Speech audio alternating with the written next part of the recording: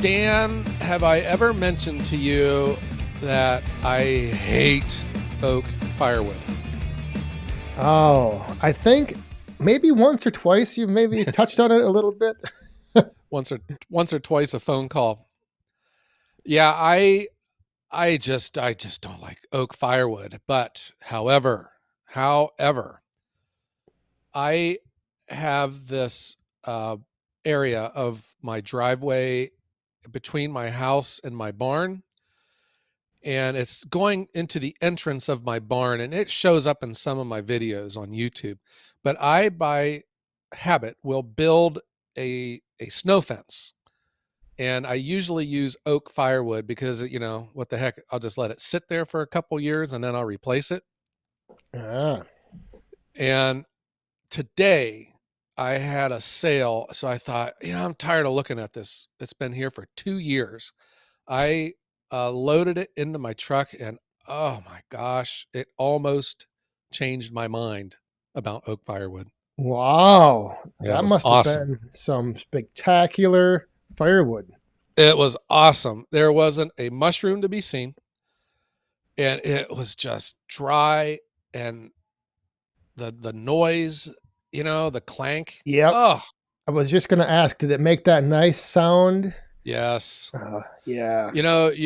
I can still feel that oak firewood in my hand. It just was awesome. Wow. I'm serious. The customer, I'll be delivering it tomorrow. I'm going to tell him too that he's got the nicest load of firewood, probably, this side of the Mississippi this year. You cannot find a nicer load of firewood than this. And it's exactly 16 inches. The splits are just perfect.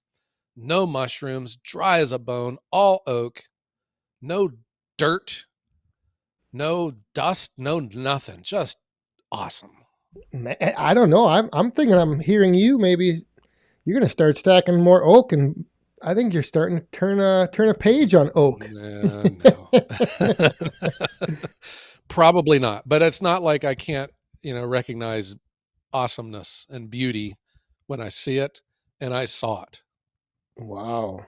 That is amazing to hear from you. But Yeah, it I'm sat there for glad. 2 years. So how long until you reconstruct the snow fence now? Well, I just loaded my live deck today with oak. So I haven't run the machine yet, but it could be up by later this evening or tomorrow. Depends Oh, on the weather. really? Yeah. Oh, okay. So when you stack firewood, I think it really does. It's okay. I think the best thing to do for firewood is stacking it. Do you agree? Yes. Yep. But 100%. I think it also matters too where you stack it, like this one area I used to stack was by the pine trees, and I don't know what the heck happened to it, but like all those pine needles would get in it Oh, and don't just like even. Yeah. weird stuff. At least where this was stacked, I mean, it is out in the open. It's just, and that's why I put it there, because the wind just whips through this area and it cuts down on drifting by the opening to my barn, and the sun gets on it on both sides. It's just ideal. And that's why I think stacking it, you can't beat it, but it also matters where you stack it. Yes. Now, was this a single row or a double row? This was a double row. Double row. Okay. Yeah. And it was Yep. two cords. Two Nice. cords. I kept about uh, I had an old timer tell me, he says, you always stack your wood with a gap big enough for a mouse to get through. But I left a bigger gap in this because I knew it'd be sitting there for a long time. And I didn't want to have, it too close to where it wouldn't dry out and you'd start getting mushrooms growing on it. Yeah. I Yeah. I hear you completely on the. I have a couple stacks that are under a pine tree, and they are a mess. Just it's just a mess. Hmm. The pine needles, I think, like don't fully allow if it gets rained on, they don't let it dry out as good, and they kind of hold moisture, and it's just an organic material that ends up, I think, really hurting the firewood that I have that stacked there, but it's not good. Yeah. I have had oak that had been stacked for a long time, and when, I go to move it, there's I don't know, like some of the oak, like the bark will come off in like one big sheet, and I would the oak the bark would fall off and there'd be a bunch of ant eggs underneath it. Like these red ants for some reason love oak. And then and that's what I got away from covering my firewood, because I would leave the stuff covered, and I just think it adds to like the filth and the junk that gets on firewood. And in this case here, with this load that I just stacked in my truck, it was uncovered and just exposed to the elements for 2 years. And it's just clean, gorgeous firewood. And it's oak. Yeah, and it's oak. And Oh, that's what makes me wonder too. I got away from covering firewood. Now, and this is the wood that I'm selling. Even my own wood that I burn, I still don't cover it. The only time I'll cover it is when I know, a big storm's coming and I want to burn it today or tomorrow. I don't know. I think that there's probably science involved here, but I kind of think wood getting rained on and snowed on, I think it's good for it. I have heard that. I've heard that it kind of helps wick the moisture out or something. But Like a I convection. yeah. Yeah, I know that's a pretty I don't want to say hot topic, but it's just something that I think is often debated and discussed whether or not you should tarp your wood stacks or leave them open to the elements. And I think there's more to it than just tarping or not tarping. And you touched on it. It was location of the stack. Like, if it gets rained on and it's sunny the next day, does that sun then dry out your stack of Yeah. wood? Yeah, that's what I don't worry about, the wood getting rained on. If the firewood gets wet, guess what? It's going to dry off. Yeah. And it just seems that that rain getting onto it, it kind of washes away the dust and the dirt. And like I think critters and bugs, will like pull up a bunch of stuff from the ground and get it up into the wood. And it just seems like all the rain and the wind blowing through it just keeps it cleaner. And how big a spacing do you leave between your rows? Like not like if you do 2 rows, how close then is the next stack? Yeah, so I learned this the hard way. So I stack everything on pallets, and I just put 2 rows on a pallet. So just lay down some pallets in a straight line. I will stack one row on the right edge of it, and I'll stack the other row on the left edge of it. So the gap is probably about 6 inches to 8 inches, depending on the width of the pallets. Right. Uh huh. I had learned the hard way. I started cheating, and I was getting them too close together, and I wasted a bunch of fire. It all molded. We had a real wet summer, and it's disgusting. And that smell, I can still smell it.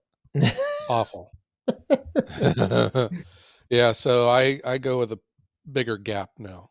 That I learned the exact same thing. I tried to go 3 rows on a pallet where the outside rows were kind of hanging off maybe 4 inches each.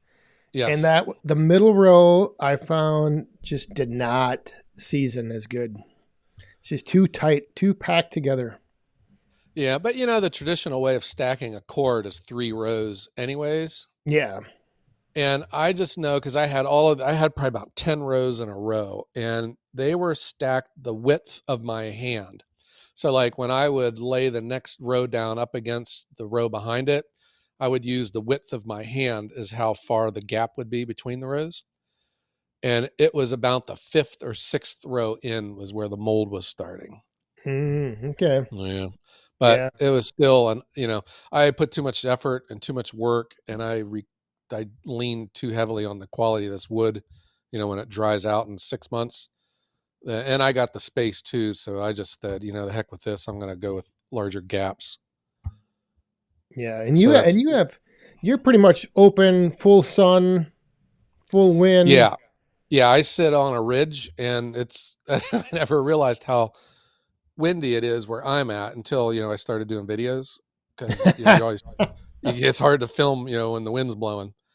And uh, but that's one of the I think one of the beneficial things of where I live is the wind. We get a lot of it. Yeah, my buddy Rick, his wood yard is full sun, full wind. I mean, and his wood dries. He doesn't cover his either. It's same Yeah. thing. But his stuff dries, it seems like instantly. It's just Uh huh. there's so much sun and so much wind, and that location is the key. Like back in my wood yard where I had issues, it was under a pine tree. It was shaded for half the day, so really it only got like morning sun. And if it would get wet and rained on, like I think that plays a big factor because that water gets down in the stack and then it doesn't dry out for a couple days. It can start discoloring the wood. I mean, I had like this wood that was just black and slimy. Oh my goodness. Ugh, yeah, I know exactly what you mean. That is a perennial question. I get a lot of comments too on my channel about, do you cover your wood up? I have seen and I have been told that if you do cover your wood, all you do is you fold your tarp up and lay it across the top of your stack so that it doesn't go down the sides of it. And that would keep, water and snow from working its way down through it. Yes. But then the faces are open for the wind to blow through. So I don't know. I've done that too, but I was starting this whole covering program and stuff, and I was spending all this money on tarps, and that was also when I was stacking my wood to measurement in my yard and buying these T posts, and gee whiz, I, I just got away from all that, and I I don't see if there is a benefit to covering your firewood. I think it's at a scientific level to where you and me and us normal people would not appreciate it, because it just seems that just stacking wood and just going with it is good enough. I occasionally will find like a lost stack. I got like a couple stacks that are out in the high grass. Totally forgot all about them, and they're still good. Oh Because yeah. they were just Yep. stacked out or off the ground. And that's where I think, that getting that bottom row off the ground too. Don't sacrifice those bottom ones, because when you think about how much wood is on the bottom of your wood pile, that's a lot of wood. Yeah. And Oh I yeah. think if you lay down 2x4s or just finding pallets, which is what I do because they're free, it just makes everything so much nice. That wood just dries out and it's such a nice. I just love seasoned firewood.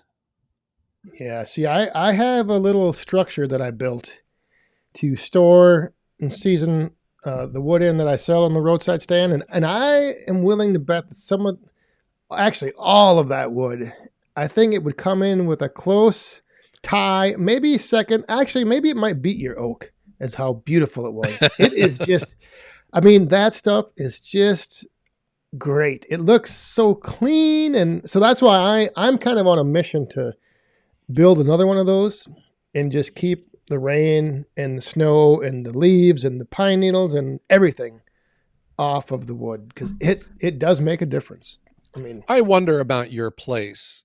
Now, I've never been there, but it looks like it's pretty wooded and shady. yeah, And I don't know. I can't help but think that, because I see situations like yours where people will stack it between trees. I can't help but think that that just fills up with junk after a while. yeah, I think, and that's like I said, I think it comes down to location again is a huge factor when you're you know trying to decide whether or not you're going to cover your stacks. Like, yeah, Uh I huh. don't have a great location. I will admit that. And I had learned the hard way. I don't think I invented this, but if I can take credit for it, I would, about the benefits of stacking your wood facing north and south. And I had learned that with this oak that I was leaving stacked, because I used to stack it facing east and west.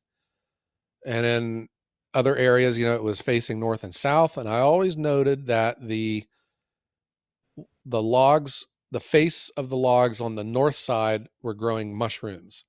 And now this is oak, stuff that sat there for a long time. And that's because the north side of your stack doesn't get any sun. So that's why I think it's important, if you are going to be leaving that wood out for a long time, you stack it facing north south.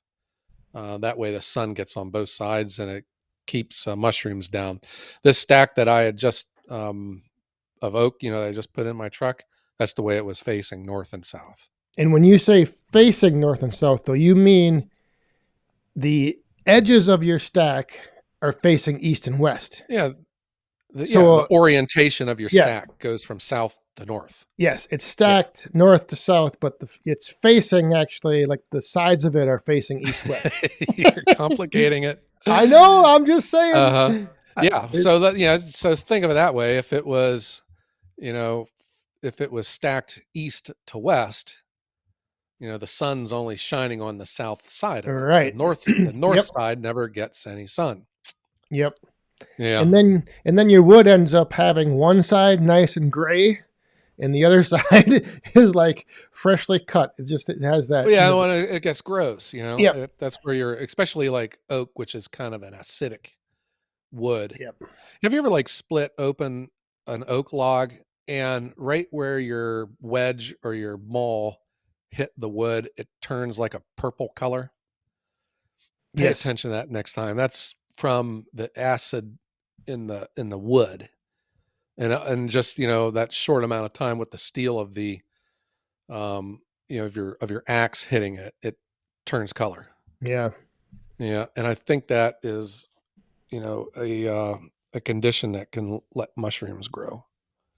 Again, Yeah. this is all science. We need to get a scientist on this channel, Dan, because I got a bunch of questions. I just think I'm right, but science might say otherwise. I don't know if science has really ever proven anything, though. So we might. As we talk on our cell phones and our web That's browser right. here. Yeah. Yeah, we definitely should look into that because I think and again, I think it's even location as far as like where you are located in on the globe. I mean, I think that's another Sure. factor. Well, they It's always say that the factors that play in a log seasoning out is time, temperature, sunlight, and wind. Yep. But what we all know and we've experienced, that wood can also dry out in the wintertime. Yes, indeed. Mm-hmm. Yeah. Yeah, I wonder if wind or sun, which of those is the bigger of the two? Yeah, Hmm. I think it'd be wind. I think so too. I Yeah, think that does a but lot. yeah, I in the summertime, like in the evenings, I'll go out with my push mower, and mow in the rows, and you can feel the heat coming off those logs, though. That they have absorbed all that heat from the day, and then they're radiating that heat in the evening when you walk through it. So I'm sure that has, the sun and the heat, obviously. Well, what the heck? I mean, that's like Yeah. a kiln, you know. Right. Yep. Hmm. Now, do you so even during the winter you don't well, how much snow do you don't get a lot of snow usually though, do you? We live in the part of the country called the snow belt. So you don't worry then about because I know that some people will only cover during the winter to keep the snow off the top of their stacks. Yeah, I think that is reasonable. I think covering your firewood is reasonable. I'm just saying I have learned from my experiences that it doesn't provide any value to, specific to the seasoning of the wood. Covering it because a storm's coming, I think makes total sense. And, I will cover some wood out here that I know I'm going to be loading into my truck in a couple of days, just because it keeps all the snow off of me and my gloves when I'm loading it up. So you don't if you tarp something, it's just you know a storm is coming and you Yes. know you're going to be selling that wood. It's not to put the tarp on in October and take it off in No, April. Okay. no, not at all. I think when you have a volume that I do too, there's a lack of practicality, you know? But, when my customers even ask me, they ask me, do you think I should cover my wood? I tell them no. You know, I said, yeah, and I tell them the same thing. I would only cover it if you're going to burn it tonight and it's supposed to snow, just to keep Yeah. the snow off of it. Yeah, I just don't see any value in covering it. Anyhow, like There's yeah, it's just a debate about, you hear people that swear by stacking bark up, bark down, you Oh know. my goodness. Uh-huh. And that's what all of the different things, I if there is a benefit to one of them, I don't think it is, something that any reasonable person could recognize. Unless you had a Yeah. micro if you had a microscope and some very sensitive, machines that measure moisture content. I just don't see any value because, with extra time, effort, and money involved to cover firewood, and, it may be binnable, just something that you enjoy doing, then go for it. But I just don't see any benefit. You have no idea how many comments I have gotten that I have stacked my wood wrong Yeah, because the bark was down. right. and and yeah, I would like sometimes, and it's just sometimes the comment is just you did that wrong. And I was like, what did I do? What So come to find out, yep. But the thing is that it's like on the bottom of the stack. So, like I sometimes will put the bark down for my very first row just because I find, sometimes it just sits better. But I did it wrong. I was like, you stacked that wood the wrong way. And I was Yeah. like, what? I Uh, had a comment the other day. I was showing my trailer that was loaded. And so this is just a practice that I have in my truck and the trailer. I've gotten away on the very top when the stack is done. I will turn all of the logs bark down. And that is simply because, some maples and, some wood, the bark will fly off when you're driving down the highway. It can catch, some air and then just yep, blow off going down yep. the road. So what I have done is when I get to the top of my row, I turn all the bark down so I don't have to worry about that. It's just a thing, so I don't um, smash someone's windshield with my name and phone number on the side of my truck. And someone had said, "Oh, I see that you do it exact opposite by stacking your bark down." And I laughed. I was saying, well, I just stack it because, I don't see any value with it being up or down to begin with. But what you were seeing here was by design at the top. I just turned all the bark face down. Oh yeah, Hmm. yep. It's one of and then like I think you mentioned it. You like stacking. You find stacking is the only way to season firewood properly. Well, That's what I mean. Obviously, there's a debate out there. I think it's the best way and it's the most cost effective way Yeah. until I see otherwise. And that's what I know, that there's a lot of different systems out there. And like, for instance, the big bags that you had experimented with, I think when I saw your video of those moldy logs that you had pulled out, and how long were they in that bag? It was a little over a year. Yeah. Yep. So I don't know if that thing was set out in the sun more or whatever. I'm just saying that if you are turning over your wood, you're making it and selling it by the end of the week or the end of the month. Okay, I think the big bags might make sense, especially if you can get the customer to, foot the bill, and they're paying for the bag too. But I leave my wood sits too long, and there's no way I would use those bags. I just don't see them ever working for me. Yeah, I think you need to be in the right situation, and obviously you need the right equipment. And I did not have good luck with them. Uh-huh. And I don't Mm-mm. even think, I would need a different tractor. I'm sure my tractor couldn't pick them up, and Yep, I would still have to load them. And then, my customers and aren't the unload type that want them. to. Yeah, my customers don't want that big bag sitting in the middle of their driveway. you know. Yeah, they are definitely one option. I know the IBC totes are another big option. Um, and Too I expensive. sometimes, yeah, I sometimes just question like when you stack an IBC tote full of wood, the only advantage you gain is then being able to just, I guess, move that stack around. Yeah, But I I don't think know. it could work for me in some circumstances. If I had it loaded up, I could, in theory, fork it up to my truck, up in the air, and then I could unload it into the back of my truck like that. Yeah. But I don't know. That's what I just think. They're too expensive. You need a I'm lot of sure they them. would. Yeah, you need a lot of them, and you're going to have all these big white plastic boxes laying around your yard. They do come in handy for me bringing wood to my boiler because I just toss it in loose and then just park the tote next to my boiler. So that's Yes. nice, for Yeah. personal use. I have But put them to work in my yard because I keep my out off, my offcuts go into them, and then but like this time of the year, the ground's too soft. I can't fork them over to my woodshed because my tractor will sink up to its axles. well, you got 4-wheel drive. Yeah. Well, growing up deer hunting with my dad, he always pointed out to me it was the guys with the 4-wheel drive trucks that were the first ones to get stuck. Yep, 4-wheel Mhm. drive just means 4 wheels are spinning. Yeah, Yeah. So, indeed. Dan, I was just something that was on my mind. I was actually starting to like oak firewood. So, I have always recognized, oak is a great firewood. It's great BTU. It smells nice, I guess, when it's seasoned out.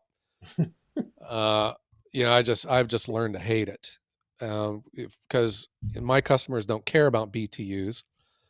And I get tired of looking at it sitting over here for 2 years before I can sell it. And then, of course, I don't like the smell. Ugh, gross. But that wood that I stacked today, I think it's just stacked in an ideal spot. It has constant sun, constant wind, and it sat there for 2 years, and gee whiz, not a mushroom to be found. It's normal when I'm loading my truck. There'll be an occasional log that I'll look at it and I go, I can't deliver this, and I'll throw it off to the side. And but not this stuff. It's just just beautiful. Wow. And the stack served a purpose. It did. That was another big thing. Jeez. Yeah, yeah, it did, and it's just kind of weird now because it's wide open. It's almost like a privacy fence and a snow fence all in one. So that's what I needed to get that oak made up.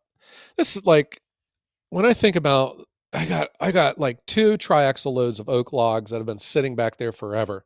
And it's just like I just can't get myself to make them because I'm thinking I could make maple instead, and I'll be ready to sell this, in a few months. It's Yep. just, that I'm making this oak, and I was like, what the heck for? It's just going to sit here forever, you know? And then that kind of one thing I've kind of been thinking about is then when you talk about something like oak, and if you're making a lot of it, you're selling a lot of it, and you're not putting in the time to properly season it, like at some point, do you start selling too much to where your product and quality suffer? But whose responsibility really is that? Like that's an interesting thing. Yeah. When it comes to seasoning, covering firewood, like you say, like your oak turned out beautiful. It's great looking firewood, but you put in the time to get it that way. Yeah. And I'm going to charge accordingly too. Oh, and there you go. See? Yeah, but it's still not worth it. I mean, what the heck? I'm serious. What am I going to get? An extra 20 or something bucks for it? It ain't worth it for it but to, you're to sit there all that time. And, but you're able to come on the number one firewood podcast in the world and say you had awesome oak. but you know what though, Dan, that is because I sell seasoned firewood. And I think a lot of firewood producers don't have no interest in doing it and don't care. And I have seen, the one guy called me, he was real grouchy old man, lovable, but like a, crotchety old man. He was just furious because he just got ripped off on firewood. He says, this wood is flame retardant firewood. He says, I throw this log on my fire and it goes out. So I took him a load of wood, and I knew what I was going to see when I got up there, just big chunks of oak that was green, like the tree was just cut down. And, so there was a supplier that sold him green oak, and it's irresponsible. Is it? If you are advertising seasoned firewood, I would say it is. But this probably should be a discussion for another episode because this could go on forever. Yeah. About the role of a firewood supplier and what are you selling? Right. I think we need to pin this and bring the we need to come back with another episode on that, because at some point you're hurting yourself and I think the overall industry. It's like, can you imagine, at some point in time someone realized we need to have quality control over the food that we're selling, because if it's not, if it's spoiled, if it's rotten, if it's not good for someone to eat, we can't have it sold. So if firewood unseasoned, which potentially can be a problem for the customer. Sure. Yeah. Not potentially, it is. It is, yeah. So are we hurting? Are we becoming our own worst enemies? Yeah. Well, I think it's a convoluted discussion awaiting us, because serious, a guy who sells one or two cords a year on Facebook for beer money, is he technically the industry? Yeah, well, and that's what be. How are people, who sells firewood and who's buying it, and is that guy that's selling green oak the industry? Yeah. I mean, this is a complicated matter. I would love to have this discussion, and maybe we could table this. All right. For let me make a note here. Episode. Yeah. Yes. Yeah, I think we need to come back to this, and I think there might be some pretty strong opinions out there. So Woodhounds, I'm calling on you right now. So this means we're not going to be talking about our favorite fast food restaurants next week then, is that right? That is correct. Well, we'll see. But yeah, I think we table this. I think this little episode has been good here, because you always see those comments. Do you cover? Do you not? Should I tarp it? Should I not? No. Keep going.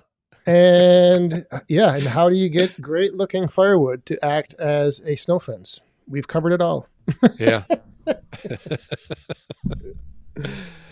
All right. Well, Dan, let's do some research and let's try to have a coherent discussion then for our next episode. How about that? Yeah, and maybe we'll even, like you said, maybe we can track down some people in the industry and get some, I guess, other opinions. I have no idea who, but I would love to find someone. There's got to be someone out there. There's got to be a college professor that's researched this, biomass, with the new push for all this. There's got to be, even like these stove companies, that are making these catalyst type stoves. Darn well they understand the science behind all this and the type, what seasoned and unseasoned wood does. So we need to do our research too and find some. But if there is a woodhound out there that's got a contact for us, do what you can and hook us up. We would like to educate ourselves and then share everything we learn with you guys. I think the term is a SME, a subject matter expert. Yes. That's what we need. Yeah. You've spent too much time in the corporate world, Dan. You're giving me flashbacks. Yeah. You're gonna have to go truncate your fiduciary account now. We'll cover this tomorrow at stand up in the huddle. For a cascade session. Yes. God. Let's not silo things here. Yeah, I've already concluded about 99% of the people I used to work with would never make it in the firewood industry. Would not. Yep. All right, Dan. Well, let's strike up the band and let's head on out. Sounds good. Thanks, everyone. Thanks, Woodhounds, for tuning in to the #1 firewood podcast in the world, the Woodhounds, right here on your favorite podcasting platform. That's right. And I want everyone to stay cool and be safe and have a great day.